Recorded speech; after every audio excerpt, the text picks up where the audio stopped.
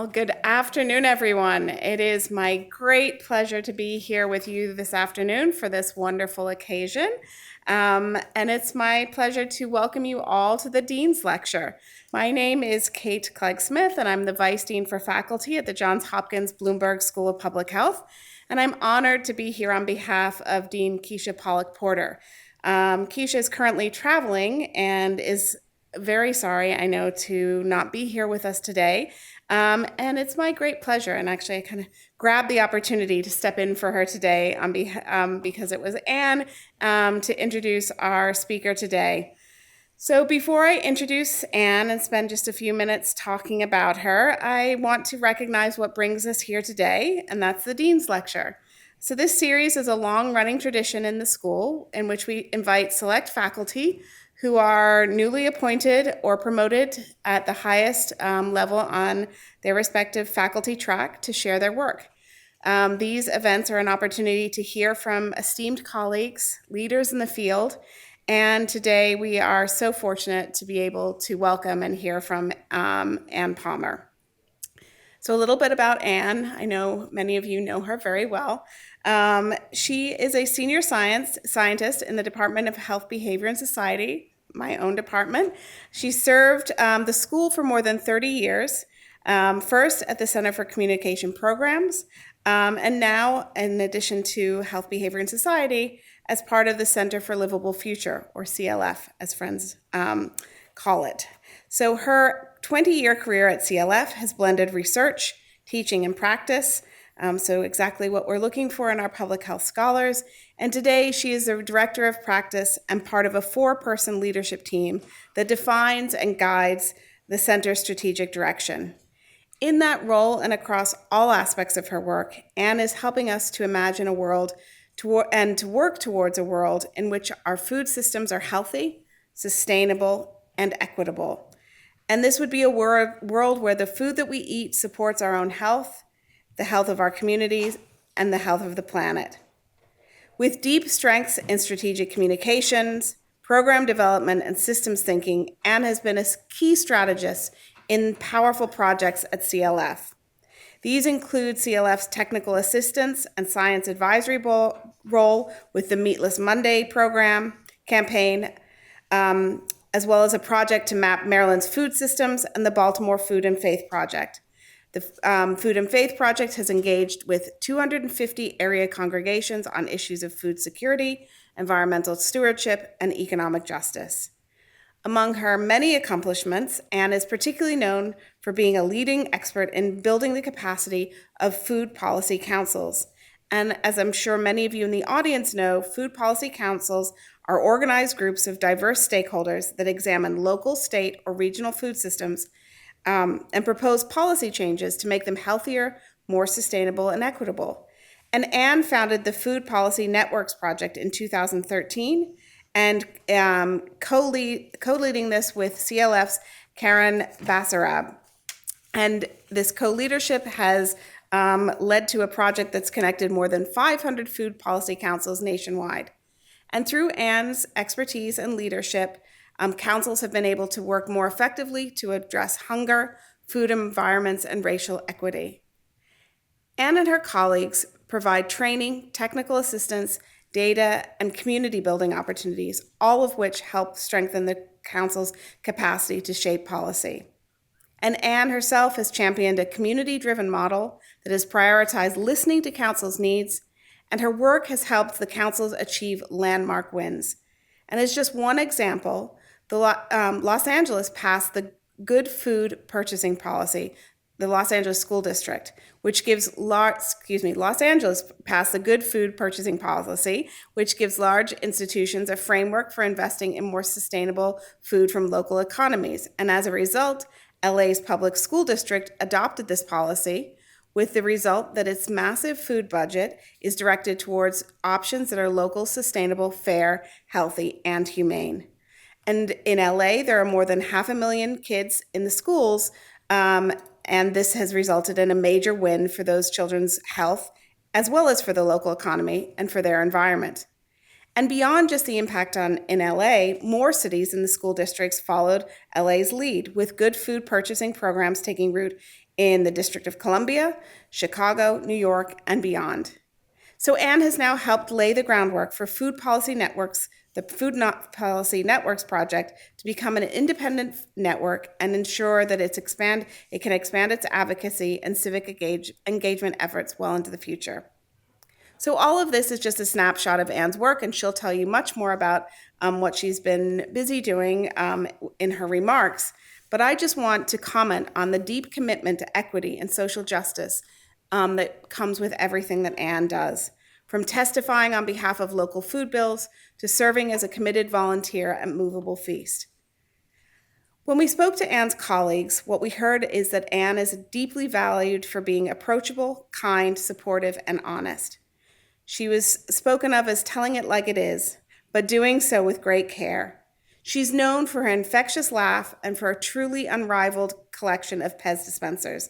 And hopefully that's a prime aspect of her remarks today. I certainly hope she lets us know if she has a favorite. Anne has made a deep impact and continues to tackle new challenges with energy, grace, and an enduring belief in the mission of CLF and the essential need to apply a public health lens in understanding and improving food systems. And we're so fortunate to have you as part of the Bloomberg School community. A quick note for those of you before I hand over to Anne, CLF will be hosting a reception for Anne after the lecture in E6519, which is the Elijah E. Cummings conference room. So please do join if you're able. So Anne, please come up and join us. And for everyone in the room and everyone online, thank you so much for being here with us today. Thanks. Thank you, Kate. It was really generous of you to give that introduction. And I think I can go through a couple of my slides a little faster now because that did help cover some of the things I am going to talk about today. It is really an honor to be here. I am really excited to talk to you about my work, and I'm actually really excited to talk to you about systems thinking and how it relates to my work. And I'm going to start by talking about where I came from and how I got here. And how I got here being Johns Hopkins. This is a photo of me my first month at CCP in 1993, May of 1993. They used to take a picture and then they'd put it up on the wall and you'd say like, here's a new staff member. And 33 years later, I'm still here. I did not intend on staying that long. I'll just tell you, be careful if you have been here that long. But I am really glad I did. I wanted to start by saying I am first a practitioner by training and by work, but I really have had an amazing opportunity to do a lot of research in my work, and I feel much more comfortable as a researcher now as a result of that. I am going to talk to you a little bit about my activities in Baltimore City. I will focus on a couple of different studies and how they relate to systems thinking and how we've used it or not used it and could have used it. And then I'm going to talk about the Food Policy Networks project that Karen and I have worked on for so many years and some other practice-focused efforts. So these are my people. My parents were both from southwestern Minnesota. My mom's parents were both from Norway. Her grandparents had immigrated over. She grew up on a very small dairy farm in southwestern Minnesota, about 60 head. And my dad, his dad is up in the corner on the right-hand side. He was a lawyer. My dad was much more of a guy who wanted to work with his hands. He did a lot of home renovations and stuff and helped all of his kids with home renovations. His grandfather in the middle, Roy Palmer, is named after my son that's here with us today. And then the guy on the left is actually, I found out after I'd been at Hopkins for a while, he's like, oh yeah, that's Carol Palmer, that's my great uncle. And he also worked at the Bloomberg School of Public Health, which was called something else at the time, and he was a TB researcher and was pretty well known, I guess. I met him a few times, but he was, he had passed really for most of my life. My mom, being on the dairy farm, there were lots of different activities going on. It was a pretty small farm. And then I like to say that my parents, this little, what would you call that, a barrack? That was my parents' version of vacations. And really it was anything that was camp, cabins, We didn't really do, of course, because we were camping all the time and backpacking and all these other activities, I just wanted to go to a Holiday Inn and go swimming. I was not interested in this, but of course, I have really grown up appreciating the natural world. And I share all this with you because I think it's important to understand that each of us has a story like that. And it has very much shaped who I am and why I'm here today. And I'm going to talk a little bit about mental models and how we create our own mental models from our experience and our assumptions and how important those are. But I also would like to say that those, they help us interpret the world, but they can also stop us from seeing things in a different light. And so it's always important to kind of check my mental models. So I'll go on here. Here's my career trajectory. If you can figure it out, you can let me know exactly how I did all this and why I was doing all this. But I actually do feel like there was a really clear theme for me. There was, I grew up, I was born in Minnesota, grew up in Iowa, spent 10 years in Iowa. Remember rolling up the windows when we left our small town because the smell of hog CAFOs was so intense you couldn't breathe the air. I moved from Iowa, lived there for 10 years, to Ohio, went to high school in Dayton, Ohio, went to an incredible school where I was exposed to all kinds of things that I never would have been exposed to in Iowa. Then moved back to Minnesota to go to college and lived there for another number of years, and then moved back to Ohio to go to grad school. And I've been on the East Coast now for the last 33 years. So each of the things in green are actually what I've done as a volunteer or as an intern. And the other things are more related either to education. So it is been kind of a wild trajectory, but certainly one that, I've felt like had some really good tour guides along the way. So I haven't, felt like this has been a problem. But, you wouldn't want to explain to somebody yeah, this is what you want to do, right? No, you don't. So I'm going to talk about, this is a definition that we use around systems thinking. So I'm going to just give a really brief overview. It is a core competency for public health. So people know this, but a lot of people online may not know that. And I also feel like sometimes there's a lot of different definitions out there. So I want to give you how we think about it when we're doing this work. It is a vantage point where you're looking for a web of relationships and networks. Rather than focusing in on one particular issue, you are looking for events in terms of for patterns in those events, and you're looking at how they change over time. So I consider systems thinking, it is an approach to seeing the world. The graphic on the right-hand side is something that we have used in our work. It's made by the Water Center for Systems Thinking, and it has to do with the habits of systems thinking. And I would say that each one of those habits is what you can do as an individual, even if you are not necessarily trained in systems. There's great little questions on the back. It's how do you look at the world differently if you want to be a systems thinker? Systems thinking is something I think that's a really important tool that we can use. It's also, there are real tools for doing this. So there's things like agent-based modeling, causal loop diagramming, network analysis. It's also considered a methodology and a philosophy and a language. So when I talk, I'm going to just briefly say, when I talk and teach about systems thinking, I often will tell my story of I was trained in scientific method. You look for this, here's the cause, here's the relationship, and this is what you're trying to isolate. And frankly, I was not very good at scientific method, and I wasn't very interested. I was not terribly focused. And so when I was in that world of science, it would be okay, I'll memorize it for the test, and then I'll be done with it. I just was not interested in science. And I didn't think of myself as a science person until years later when I started realizing that I was constantly distracted by the context of what was going on and the things that were around me. And so that was oh, that's a skill? So yeah, it was a skill. And I realized I wanted people who were, we were working with and trying to teach about this to understand that you can be a scientist in a different way. And it's not always that you're, burning yourself on Bunsen burners or memorizing the periodic table, that there's a lot of ways to do this. And it was an orientation that was so helpful for me in my work. These are 3 books that have been really influential for me. The 5th discipline is how organizations can become learning organizations, and they do it through systems thinking, and that I got exposed to when I started taking organizational development classes in 2006 at the school, at JHU. Thinking in Systems is a really famous book for anyone who's done this. It's kind of considered the Bible in systems thinking by Danella Meadows. This came out in 2008. I was really excited when our older son wrote me a text like a year ago. Mom, do you know who Danella Meadows is? He was in college. I was like, you know who Danella Meadows is? I was like, was taking courses that had systems thinking. I was, really happy to hear that. And then the last one is a book that we came out in 2015 by the Institute of Medicine, and it is sort of the intersection of systems thinking and the food system. So when do you use systems thinking? So I always think of this as, there's simple issues, there's complicated issues that have solutions, but they can take a long time, and then there's complex issues. And in public health, we sometimes call those wicked issues. Immigration is a great example of a wicked issue.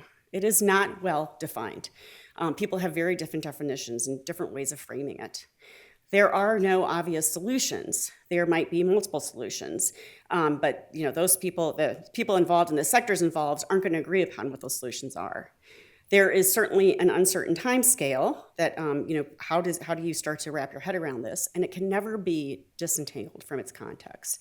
So when you think about, when I was thinking about immigration per se, this list could go on and on of like, what is it that we have to do now? And when a policy like this gets imposed without consideration for what it's going to happen and how this will roll out, it can be a real problem. So I can't really think of many issues that aren't affected by immigration policy right now. It is really permeable, and we're watching it in real time. So when I think about this, I'm going to go through the first half of the presentation, and this is one of the habits, is to consider how short-term, long-term, and unintended consequences of our actions. What are we trying to do? You're trying to anticipate what could happen if this gets, this ended up being a policy that was passed, and now we're watching it. I also want to talk a little bit about the benefits of systems thinking and why we do it. So it talks about identifying true solutions instead of Band-Aids. Those are sometimes called like root causes. You're going to keep asking why. The solutions that you do come up with tend to be more sustainable over time. I already talked about the unintended effects. Prioritize data collection. It helps identify the most important data to collect, not just all the data you want to collect. Sometimes we're collecting data on problems we already know the solutions to. And then it also gives you an opportunity to test interventions before spending money. And I think this is an important thing. We see a lot of this with like modeling and scenarios. And we did a little bit this in some of the studies I did, so I'll talk about that later. So where does the food system, how does system thinking apply to the food system? So this middle part in the center is really just the supply chain. So it's all the activities that go on in the food system that are related to the supply chain. And oftentimes you'll see a graphic that'll have like a round circle. It'll be like, here's the food system, and it's actually just really the supply chain. And so what the IOM did with their report is they said it's not just supply chain. This is what we're really wanting to look at, is what are the domains that are affecting that supply chain. So you can't really isolate the activities without looking at what else is happening. So when we're working on supply chain issues, we need to step back and consider how those domains are affecting it. They don't happen in isolation. So now I'm going to transition to some of the work we did in Baltimore City. And as Kate brought up, when I was started, I was hired to work on the Meatless Monday project, was looking at how dietary choices affect our personal health and the planet. And I was doing it more from a project perspective. So I was doing a lot of different activities around Meatless Monday, sometimes with students, sometimes in the community. And then we also had a doctoral student, Manuel Franco, who got I think it was an innovation grant, they were called, and he had done some work, mapping work around a cardiovascular data set and where people lived. And I went with him one afternoon, walked around, and he was doing the stores, and I was like, this is kind of cool. And then I ended up meeting a woman named Joyce Smith, who worked in Southwest Baltimore doing a lot of work around food and nutrition, and Joyce actually ended up becoming our community liaison until she passed away several years ago. But she was really instrumental for me in understanding what was happening in the community. And so what we did is we decided we were going to talk to residents and get their perceptions. You can do a lot of different food assessments, but the goal for this one was actually to look at the residents and say, what do they see when they look at their food environment? So over the course of those years, we did about 800 surveys. We trained community members in IRB. We always partnered with another group, like a community organization or an urban farm, so they were going to use the results. And then we studied their food behaviors, and in terms of like shopping behaviors. And they ended up using it for fundraising purposes and to influence policymakers. So this first, we found, I looked at some of the results from the different assessments we did. Not any of these results were terribly surprising, so I'm not going to spend a lot of time talking about those because this is kind of in the aggregate what we found. And then we asked them what would they like to change about their diet. And when you start to think about these responses, you realize that these responses could come from anybody. This is not about being a low-income person in a neighborhood that doesn't have good food access. People wanted to eat better food. They wanted to eat healthier food. They had many of the same goals. And I think this is a theme that I found really throughout our work. 25% of the people didn't want to change anything, which isn't terribly surprising. I think a lot of people are perfectly happy with what they're doing. And so what does this mean in terms of habits? So I had to change, if I was going into this work thinking, okay, they need more nutrition education, they need cooking skills, and I've heard that a lot, and that's not that there aren't people that do, but that is not an assumption you can walk in with, that it's really important to figure out what is it that people need and what are they actually looking for. And so we had to change our perspective to kind of increase the understanding of what they were interested in. So one of the habits came in handy there. We didn't call it a habit back then. This is just what I'm in retrospectively looking at it. The other thing that was kind of surprising was this green cluster over there is the neighborhood of Southwest where those people lived, and those are the stores. When we asked them where they did most of their shopping, they named 29 stores, and 27 of those stores were not in their neighborhood. This is a theme, again, that comes up in the literature a lot, that it's not easy to wrap your head around, like why wouldn't people just shop in their neighborhood? There's all kinds of reasons. So one of the habits here that seeks to understand the big picture, it was really important for us to look at what's actually happening in the context. How are people making decisions? They're getting rides, they are taking transportation, they're sharing cars, and they're actually trying to find the best food at the lowest price and the best quality. So it made a lot of sense that they were not necessarily going to shop where they lived. But we have a lot of place-based work, so sometimes it becomes, the default is thinking that that's what we're going to be looking for. So in addition to, after we started doing, the community food assessments, we also had the Maryland Food System Mapping Project. Jamie, I think you might be online. I don't think you're in the room. Jamie is our ArcGIS person who has been working on this project for several years. It was active for many years. We did a partnership with Baltimore City, and this map reflects some of that partnership. And it was an ArcGIS, so anyone can basically go and look at the different layers. And at some point, there was up to 160 layers of data. And it was to help people understand that when you're combining, as you're looking where people living and what are the assets in the community and what are the things that are, need to be improved, as you start to layer data, it was agricultural data, it was all kinds of data around the state. It tells a different story. And this became a really powerful communication and advocacy tool that the city used for many years, and now they do their own mapping. We partnered with them for many years doing reports, but they all do their own mapping right now. And our team has actually consulted with states around the country because this is of interest to people.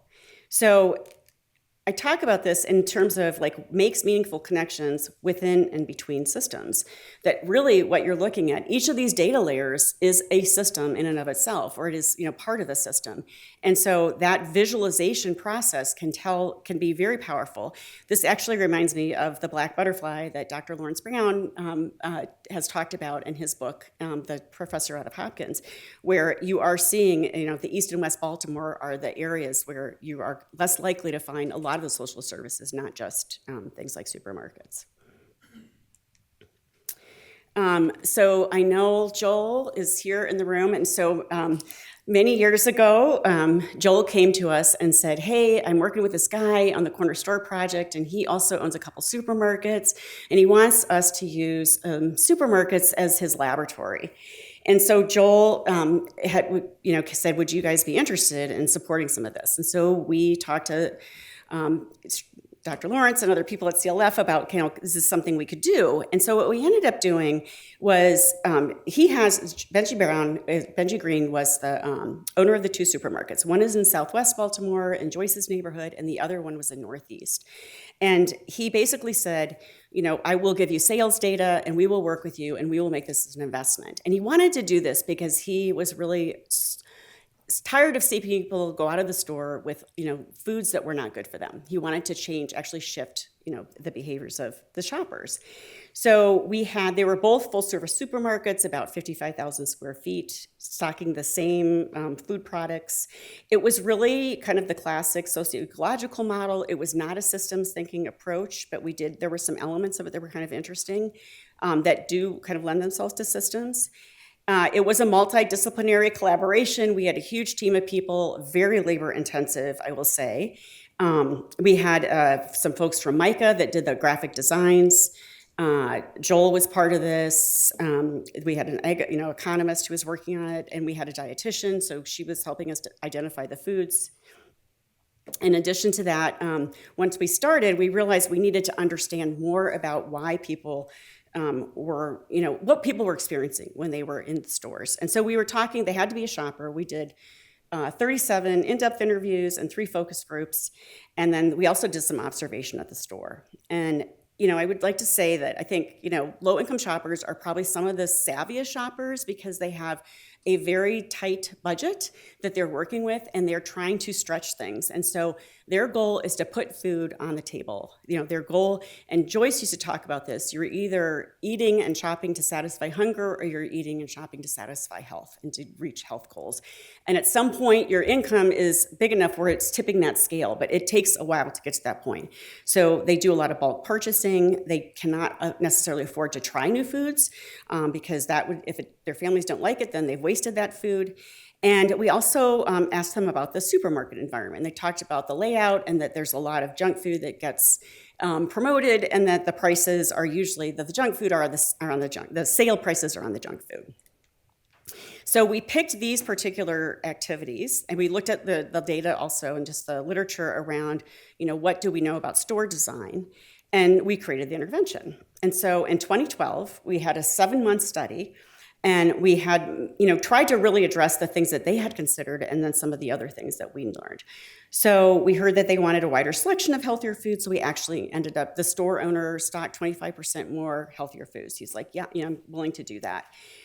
We did train staff on, how to ask, interact with students or interact with the customers coming in and talk to them about healthier options. And he had some excellent staff members who are really interested in doing that. We did signage. The biggest thing I think is the labeling. So we did a lot of shelf labels, and those had to be kind of regularly changed over. Community events, taste testing.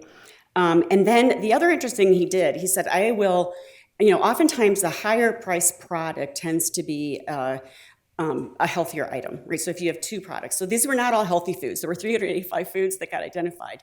There were healthier options. So we called it a better choice. And that was the way of saying, if you're baked chips were a better choice, okay? Diet soda was a better choice. But if people were going to buy it, the idea was also to give them an option.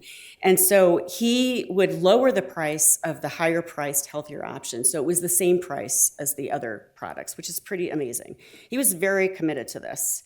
And so the results were, it made a pretty big difference. The items, the thing that made the most difference was actually the labeling. And the items that were labeled, with the most fidelity actually were the ones that had, pretty high rate of an increase in the sales. So the intervention store, both of them, this was 2010 to, the sales day before was 2010 to 2012. So the initial sales data was happening really kind of like an aftermath of the 2008 recession. And so unemployment was still pretty high. So the items and all the promoted items were declining. Sales were declining overall, but they did increase in the intervention store, and it was really strong for the foods that were labeled, which was pretty exciting. So I think, what we learned there is that we do have, these are leverage points. Food marketers know that when you walk into a store, that anything at eye level is going to be what you immediately see. So if you can't find a healthy item that the store carries, look at the bottom of the shelf, because nobody is spending marketing dollars on that item. And I think what we learned from marketers and what we learned from our own study is that it's really important to think about where you are placing things. So we definitely had we had end cap aisles and things like that, but I feel like the labeling was the thing that was really important. It was also incredibly labor intensive. And we had a student who was going through and, changing the labels, moving around to make sure that they were still matching about every week.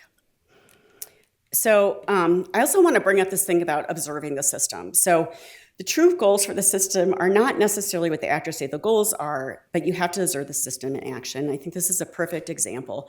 There were also, like, they had an unbelievable number of Little Debbie display cases around, right? So it's called the Little Debbie factor. We go in these meetings and we're like, how come there's so many Little Debbie things? And then we realize, of course, they're making money off of this. Stores exist to make money. They don't exist to, do a public health intervention. And he was willing to do this public health intervention. But I feel like that piece of it was really important from an economic perspective. So what's the status of the stores today? Sadly, both of these stores closed at the end of last year.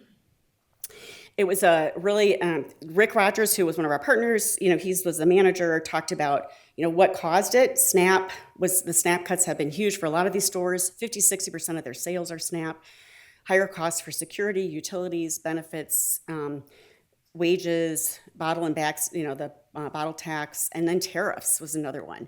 So I'm not going to go through this because I don't really have time, but this is like a causal loop diagram of what does it look like when you start to think about all these factors and then whether or not the supermarket is still viable.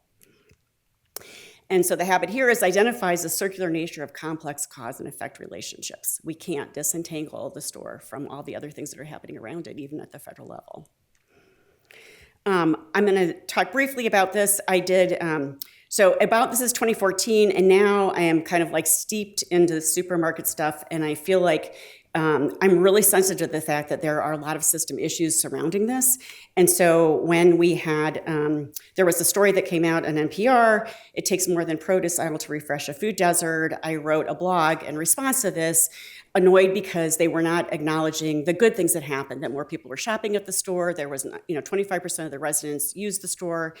And so it really helped me shift my mental model in terms of, what is it that is driving this behavior? It is not just, you're going to throw a store in. I mean, if that was the case, then people would just put stores in everywhere to make people increase their, production or their consumption of healthier foods. But, they didn't, their sales of fruits and vegetables didn't go up. So I feel like that was a big moment for me in terms of my shifting, and definitely really helped me understand why it is so important to take systems in account when we're doing our work. I'm going to shift now and move out of the supermarkets and go into the Northeast region. Kate, this is a project that we did with 22 different researchers from 11 institutions around the Northeast. It was about 6 years long. There were multiple locations. When Kate asked me to be part of this, she said, I don't think she asked me. She basically said, you're going to head up the consumption part. And I'm like, I'm not qualified to head this up. And she's like, yes, you are. I'll work with you. So Kate Clancy, one of my mentors, is sitting in the audience there. And she basically said, you are going to do this. So I did, because I try to do everything Kate tells me to do. This is our team. This is the different, the disciplines that were reflected in our team. It was not an easy project. I will say there was definitely times where it was just like, oh my gosh, why we are all speaking the same language. We are not all speaking the same language, if you can imagine. We had to come up with a glossary early on because we realized when you're working with that many different disciplines, it's really challenging to be able to, how to align them and make sure that we're doing the same work. So this is just to give you an idea. This is the Institute of Medicine graphic that I showed earlier. And these are the different variables that we addressed. So yes, this was kind of a classic supply chain study because we were actually looking at how do we increase the amount of food grown in the region that can be sold affordably to low-income areas. And is that price point competitive? Can we actually make that our price point? And so what was interesting is that each of these domains was actually addressed in the study itself. I mean, there were many different studies going on. I actually only worked on a couple of different things, but in terms of the papers, but the consumption piece of it was pretty prevalent. So we were looking at what were the community constraints and opportunities. We did it through assessing food access. We did a bunch of different intercept surveys. And then we also looked at structural factors. And we had 2 ag economists who were helping us with that analysis. We started out by looking at mental models around how do people conceive regional. Local is very popular. People are really well attuned to farmers markets as a feature in their communities. But regional is a bit tougher. And one of the things we realized early on was that we really needed to not focus. Consumers didn't get it. They were conflating a lot of local and regional. We had the folks who were doing more in the realm of what I would call immigrants, new immigrants coming in who had a much better perspective, and people living in rural areas seem to understand the concept of regional better. But when you're talking to people living in cities, it wasn't as easy to quantify that and figure that out. So we realized that needed to be really further down in the supply chain. And so that habit is like changing our mental model to recognize that it was, focusing on consumers was not the way to go for that project. And even though we were still, capturing data. So we ended up doing looking at purchasing. We took our intercept survey and those results over the course of the 2 times that we did that. We also had a consumer panel, and we did the consumer expenditure survey. And the last 2 were done with the agricultural economists. And what we found is, not surprising, everyone shops at multiple stores. That's a common theme. Supermarkets and superstores were the top choice. And then the low-income and SNAP households relied on limited assortment stores more. That's probably increased because of the increase in the ubiquity of the Aldis and the Lidls and those types of markets. And then the other thing was that rural households rely on superstores more. This is some of the store owners that were at one of our events. And we also looked at purchasing patterns. And in the purchasing patterns, formal education accounted for more variation in the quality of food choices than income. So income was still a big driver, but formal education actually is a bigger driver. And this is another finding that we found, that other studies have found. Economic Research Service by USDA's Economic Research Service also has a study that looks at this. And then there's other 2 findings. And then we took all of these findings and we did a workshop in December of 2015 in the Baltimore area, and we had about 70 people attend. And it was to really talk to them about how can you use what we found in your work. And it was a really interesting exercise for all of us, I think, because we had to make it relevant. And it was pretty, it was kind of dry. Some of it was pretty dry, but we had some really great speakers.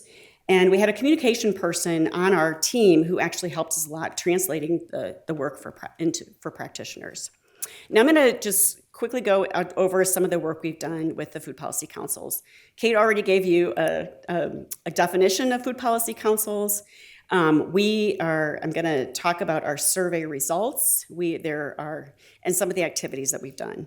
So this project lasted from 2012 to 2025. It was a national network. We did a number of different activities with that network. And these are the ongoing activities that we were able to accomplish over the course of those years. We transitioned the project at the end of 2025 to its own entity, which is great. We have a person who's running that network now. We're involved from an academic perspective, but she's been doing a really fantastic job at keeping it going and really animating it in a way that we could not do. We did a number of projects as well. These were all projects that were funded by other foundations, like regional foundations. And one of the things I'm going to focus on is the Chesapeake Food Policy Leadership Institute.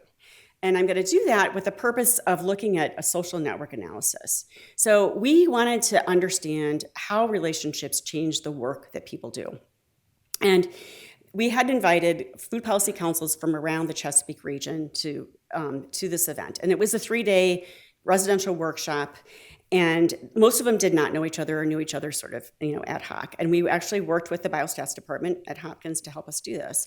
So we asked them which of the conference, before they even got there, who they knew prior to the week. And then we talked to them about who do they know 6 months later.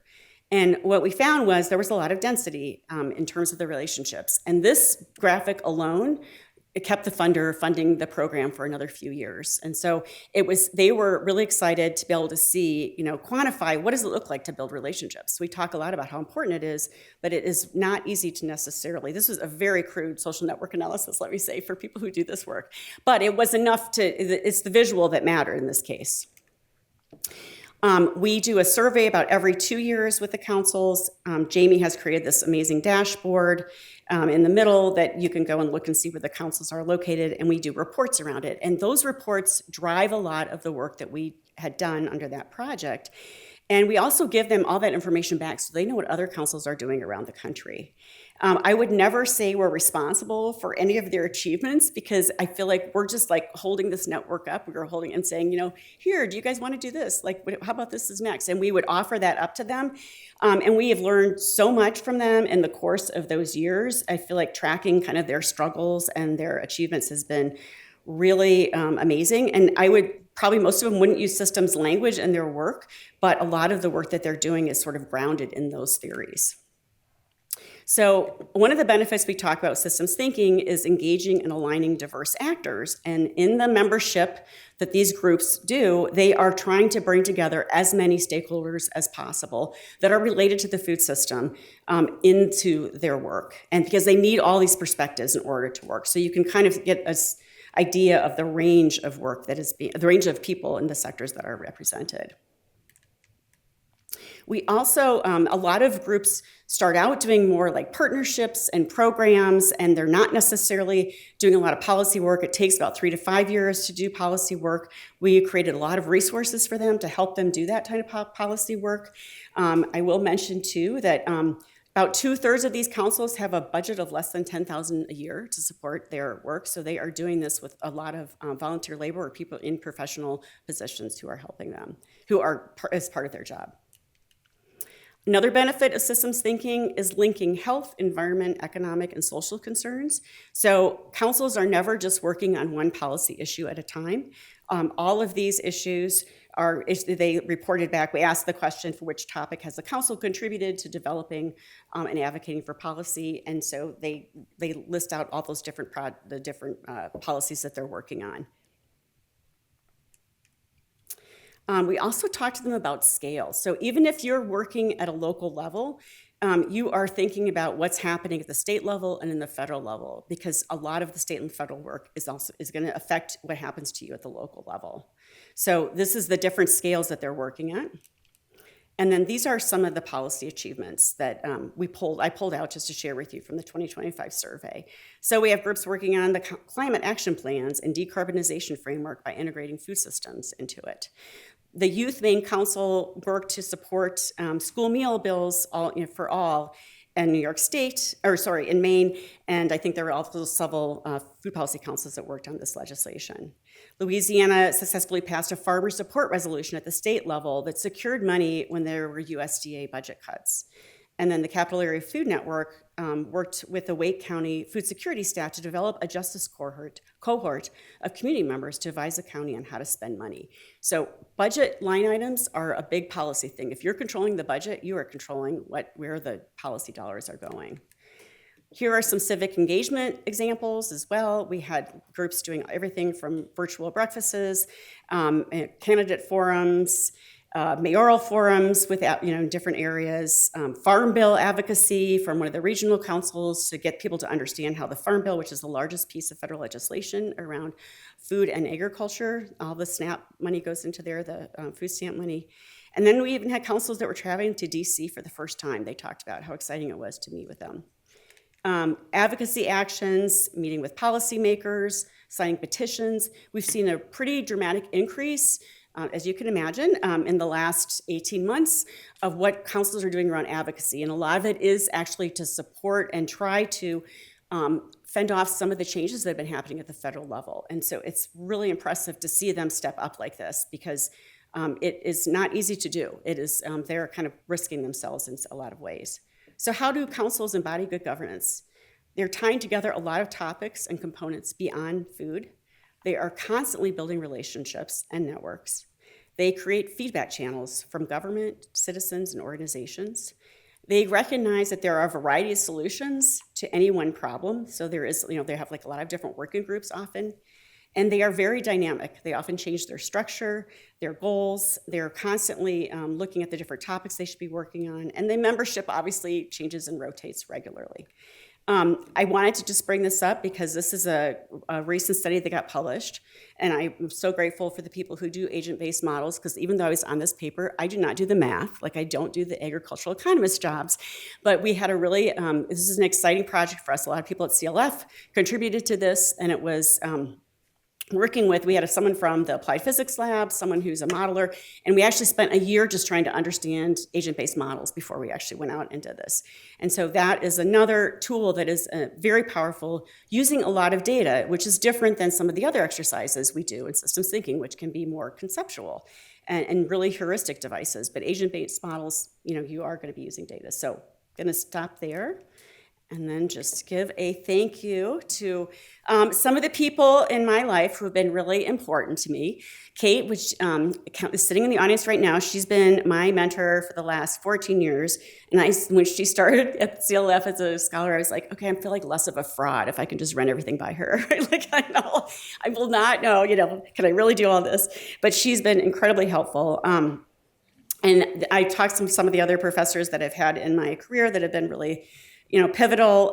Bob, I know you're online, and I have to say that it's like you kind of took a chance on me, since I really didn't know anything about food, about how to eat it and cook it when I started, and it's been really amazing to be here this last 20 years. I can't think of a better place to be. My bosses, Jossie and Sean. Sean doesn't have any gray hair in that picture, you might notice, because we have worked together for so long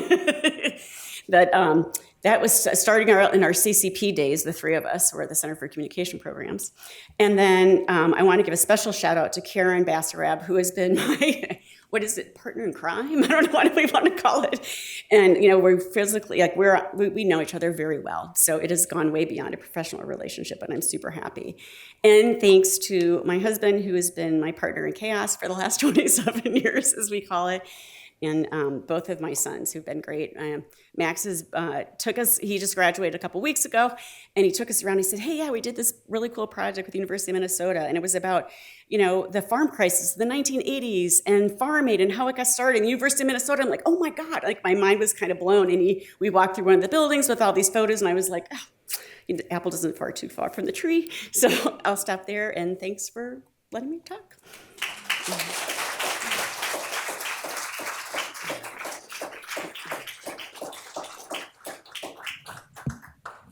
Thanks so much, Anne. It is now my pleasure to be able to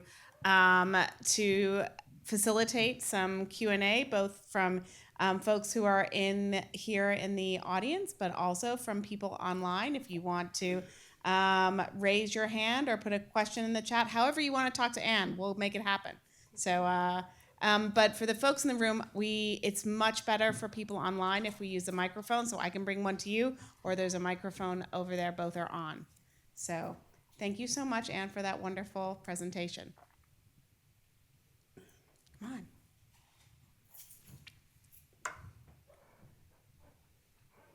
Megan. Great job. This was fantastic. As someone who has to teach systems thinking and incorporate that, it's often really tough to do from a research perspective, because so many of our tools are reductionist, which is also valuable, right? So what's the biggest pearl you have for people who are working in systems in order to gain the evidence that we need to support more holistic strategies? Sorry, nice, easy starter question. Yeah, thanks, Meg. When I started obesity, childhood obesity prevention was a huge issue, and lots and lots of dollars had been put into that, and it wasn't making a difference.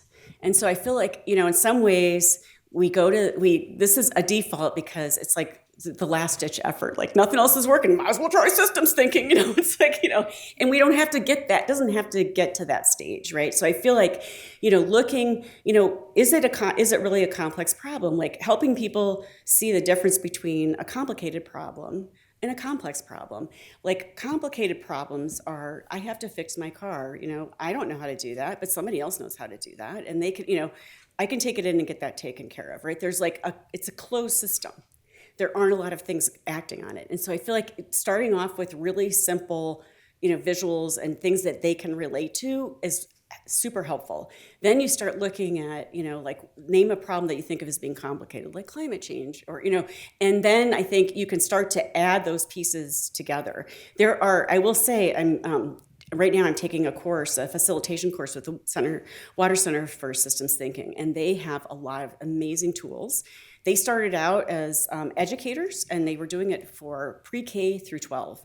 And so a lot of their work is starting, using very simple ideas and conceptual ideas that you can use and then build on. So I do feel like, what's been helpful for me is like walking people through the difference between the issues and why it needs to be, why nothing else works. Like if any problem that is complex, if somebody just looks at it from that one perspective, they're missing something, right? Like and so it's like, what's missing? Maybe having that conversation, like what else is happening? What else is happening? Like getting people to kind of keep going back to question themselves and the assumptions that we're all making when we think we've got a solution. Thank you so much. I see a hand up online. Davina, over to you. Hi, Anne. Good to see you.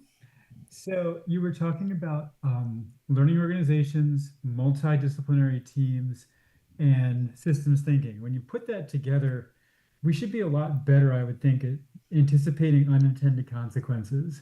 So for people who are trying to put together teams like this in the future, are we any better at anticipating unintended consequences when we get together as a multidisciplinary team, or what are some lessons we can learn moving forward there? Oh, that's another really easy question. I do feel like, there is, teams function at different levels. And so I think, at some point you have to abandon the thought that your team members are all going to be on the same page and they also have that goal of doing, uncovering all these things. But that doesn't mean they can't contribute to helping you uncover it. So I don't know if we're any better. I feel like there are things, probably any project I would start now, I would want to start by doing some type of causal loop diagram with a big group of people and who all have very different perspectives and start building that out. Because it's just a heuristic device, right? I mean, the more we know, the more we can start to anticipate. And, when we work with food policy councils and we teach them about systems thinking, I always say to them, you're not going to work on all these issues, but you need to be aware of them. So, in some ways, yes, I think we are maybe doing a little better, and it probably depends on the field, in terms of where that improvement is happening. And in other ways, we probably still are really obsessed and worried about time. And so do we have time to do it? Do we really have time to, these projects take a long time. And if you're going to do try to go through that process and you're doing it with a group of community members and other people who are involved in different facets of the food system, it may not, make the cut in terms of the amount of time. But as I found, it is, in terms of like relationship building, it has to be it's, as Noelle says, the speed of trust versus, just like moving along to get the project done. I think you really have to build, good relationships with those folks to do it. Thank you. I just wanted to give a quick answer to, is that Megan Davis? I don't know you, but I see your name all the time on the EHE emails.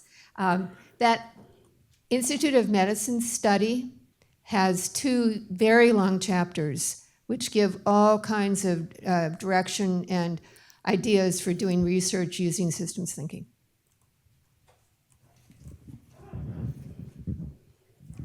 Becky, do we have questions online? No questions, just some comments. Okay. Any questions? Oh, Joanna. That was really fun and great to hear your story. And I guess I have a number of questions, but one of the things I wanted to ask about was you spent some time on the supermarket story. And I think I was just so deflated to hear that the supermarkets were closed. So I guess I wanted to ask, do you see the work as a success? What does it mean in the bigger picture from a systems perspective? Is this was it worth it? Can we do anything? Can we make a difference? So just like to hear more. So yeah, I was kind of sad to hear the same thing, and I do feel like they hired a part-time dietitian. They kept those labels going for a couple of years. They were really vested, and the store was really committed. And there were bigger outside forces that closed it, right? And it's really tough to have that happen. But I feel like so yes, I think the project was a success, and I think that this is not going to be the only store we see closed. The good news is someone did buy one of the stores. The store in Southwest has been replaced by a new store. The Northeast is still without a store. And for the neighbors, for those people who use that store regularly, it was pretty devastating. It is hard. Stores, like someone told me the other day that Wegmans does like 7 years of research, market research before they open a store in an area. It is a huge capital commitment to open a store. And I think, so it's tough to get new stores. And the city has done a lot to try and lure them in. And they will all admit that this is not an easy prospect. And then you have council people who are like, we want a grocery store in every neighborhood. I'm like, yeah, well, that's not happening. So now what do we do? It's like, it's like I can get the math behind it. I mean, I talked to Roy about it because he's really into the stock market. It's like looking at these IPOs of stores and like, where's they're really growing? Well, the limited assortment stores are really growing. That is where a huge growth is. And it's, smaller footprints. They offer competitive prices. It's a smaller number of items. So there are models out there. And I will say there's an excellent article by Catherine Brinkley, I think is her name, out of California, on If You Build It With Them, Will They Come? And it is an assessment of the fresh food financing federal legislation that funded a lot of stores, a lot of those, throughout many years, started in Pennsylvania and expanded. A lot of those stores have closed. And it's hard to get data on them, but the ones that have stayed open and have had the best track record are the ones that were built with community members, not just in a design charrette, but like really an integral partnership. So they all took longer.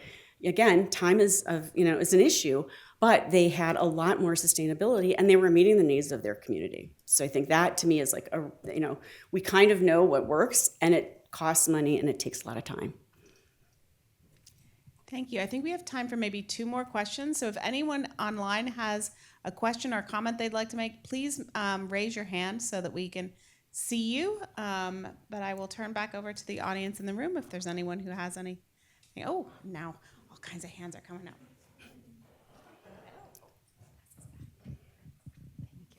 Thank you very much for the presentation. It was excellent. Changing a little bit of talking about systems thinking in research, I was wondering how it has influenced your leadership style, and especially how you deal with your team and the multiple relationships that you are developing too. You should probably have the people who I work with answer. Sure, go ahead and do it. We'll worry about it later. No, I feel like I am a team person, and part of it is I do not like the idea that I have to think of every single thing I need to be thinking about, right? It is not possible. I will never have the body of knowledge I need to work on these issues unless I'm going to be with a big group of people who have a lot of different experiences that are not like mine. And so I feel like from a leadership perspective, I hope that for the people that I'm working with, that I am, for me, it's like, go out and, where do you want to work in this? Where is your piece in this puzzle? What do you want to do? And then let's make that happen and, kind of build on that. So you're building on people's skills and interests and they're more engaged and you're also getting what you need to get done. So then kind of, it's a little bit of both, I think. But I feel like that's been something I like, being on teams and working with teams. And I would say the staff at CLF are just fantastic. And, our support staff, our finance staff, our admin staff, our program staff, it's such a great group of people to work with that it's really easy to be a good leader, or at least a decent leader. Right?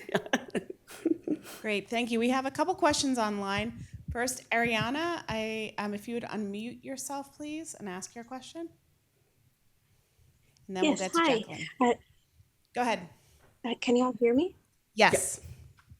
Okay, thank you. I'm so excited to be here virtually, and I've been following your research for a little bit of time, so it's I'm really happy to hear from you. My question was with food systems, since it is since there are so many players from grocery stores to customers to, there are just so many moving pieces. Um, I was wondering how you kind of escape the tragedy of the commons where, if there are so many players solving an issue, it becomes difficult to for one person to feel the onus and help make the situation better. I was wondering how you navigate that when there are so many um, players in the food systems realm. I hope that makes sense. I think I'm going to try to answer this. I think I get your question. And I think I would say that as many players there are many more problems and many more things to work on. And so I really love, I have learned so much from reading a lot of the papers by people and talking to people in communities and talking to councils that are working on the ground with folks. So I feel like you're constantly, it's kind of like a barrage, like you're constantly having to learn. And, I started when the pandemic happened. The university offered the Calm app to people for free, and I signed up, 6 years ago, whatever it was, and I've clocked something like 500 hours now. Sure, I'm much calmer now that I'm not, I'm calming every day. But I will say that they have something called beginner's mind, and I feel like that, I always have to enter situations with a beginner's mind. I try to. I don't always do it, of course. I have all kinds of assumptions and preconceived. I'm judging things all the time, people, et cetera, situations. But, that is, me being honest, but I also am reminding myself that I am here to learn. And so I hear your question, and I also think there's so many things that need to happen that we should just be grateful that more people want to work on it. And is there a way we can partner with them? And if there's not, let's learn from each other. We can share what we're doing. It's not everyone's going to want to partner. Not everyone's going to share what they do. And I get that. There's a lot of reasons not to. There's academia can be hard because you're supposed to do original research and not necessarily, I had to, when I was doing my CV for the promotion, it was I want to say we, and they're like, no, you can't say we. Just take that pronoun right out of there, and it is not we, it is you. Okay, I did everything by myself, right? I didn't really, but, and I think that's what I like about it is that these teams are just so essential to really getting at what's going on. And they're going to think, they're going to think of things you never think of. So I always think of it as let 1,000 flowers bloom and don't worry about what other people are doing, do what makes you excited. Thank you so much, Anne. So our last question is going to be to Jacqueline before we wrap up and go celebrate Anne in a different way. Hi, Anne. I am so excited that I was able to hear your talk. I wish I was there in person. And I just wanted to ask if you could just speak a little more, and it's really maybe preaching to the choir, but the whole idea of asking people what they need and having that as a habit in the systems work that you do with communities, with whether it's grocery stores, whether it's residents, the woman you talked about, Joyce, who worked with you for so long. What kind of learning did you get from that has pulled you forward in your work? So can you ask that last part again, Jacqueline, just to make sure I think I missed a word. The force of those interactions, someone like Joyce, how was she a mentor? Is basically, how does that, has it impacted your work? I couldn't do what I do without partnering with people like Joyce. Noelle is online as well. I have learned a tremendous amount from her about how to work in communities, and also how to work in communities from a perspective of, we are not going to see these changes in our lifetime. And so stop thinking that you're going to have, you need to see the impact of what you're doing. You figure out where you can have impact and come up with your own metrics of what it is that means, how am I, authentically showing up? How am I meeting the needs of groups? And so I feel like a lot of it for me has been very iterative. And, talking to people and then, trying to see if what I'm thinking is actually the case, double checking with them, and, really kind of suspending some of my mental models and my assumptions going into a situation.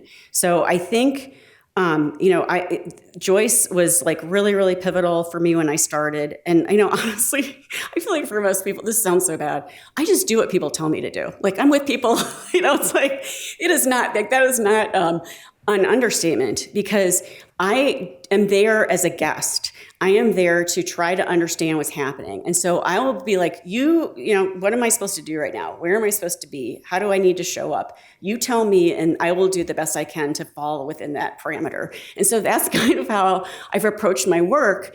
And, that has served me well. And because I feel like it has allowed me, to be in spaces and not take them over or feel like I've got to, have an agenda around it that isn't the same as other people. What needs to happen? It's not about me. It's about them. And I just feel like it's a real privilege to be able to work with folks who are willing to even have people like me in the space with them.